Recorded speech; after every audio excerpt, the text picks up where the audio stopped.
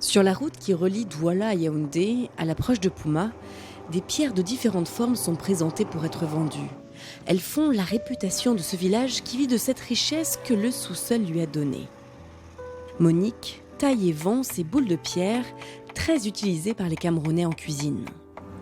On peut écraser les petits trucs, le piment, le ndiaksan, le ail. Quand on met parfois peut-être le ndiaksan dans la machine, ça n'écrase pas bien. Donc il faut utiliser la pierre pour bien écraser. Monique vit de la vente de ces pierres depuis 2 ans maintenant. Partie à Douala, à la recherche d'un emploi, elle a décidé de revenir dans son village natal. Quand tu mets long en ville, tu parviens pas à avoir d'emploi. Parfois, on te paye peut-être 30 000, 35 000. Tu vois que non, ça ne peut pas subvenir à tes besoins et tes dépenses sont un peu énormes par rapport à ton salaire. Bon, quand tu as un village là qui peut produire un truc comme ça, parce que les gens qui cherchent un village qui peut avoir un peu de... On était obligé de revenir. Les pierres proviennent de cette carrière située à 200 mètres de là, qui appartient à un natif du village. Laurent, lui, est le chef d'équipe. Pour un premier temps, on commence à creuser pendant des mois. Après, quand on finit de creuser, on arrive, comme vous voyez là, sur le mauvais rocher là, donc il y a une couche là. Dès qu'on finit de creuser, on arrive sur la couche qui n'est pas bonne. C'est ça qu'on enlève d'abord pour un premier temps, pour jeter.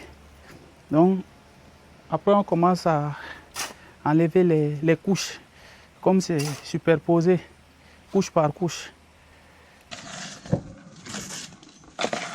3 mois seront nécessaires avant de pouvoir arriver à recueillir la roche appelée quartzite.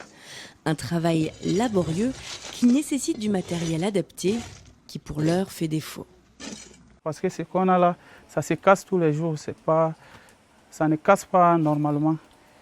Ça ne fait pas normalement le travail qu'on veut. Après avoir extrait les plaques de quartzite, il faut les acheminer pour les travailler.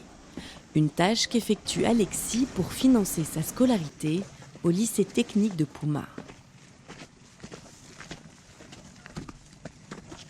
Bon, quand on fait le paplage, comme vous avez constaté tout à l'heure, on fait souvent peut-être 30, 35 tours. Bon, le tour, c'est 100 francs. Bon, 3 000, je gagne souvent 3 500. Sa scolarité coûte 35 000 francs CFA chaque année.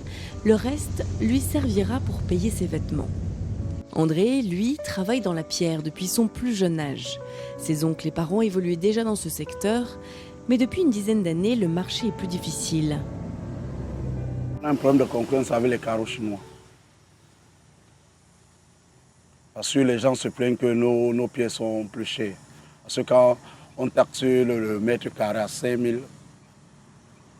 les gens se plaignent que les Chinois vendent les carreaux à 2 000, 2 500. Une des réponses à ce problème serait pour André de faire connaître encore davantage cette pierre pour ses qualités singulières. Sa solidité et sa couleur en font un joyau qui pourrait faire référence au-delà des frontières.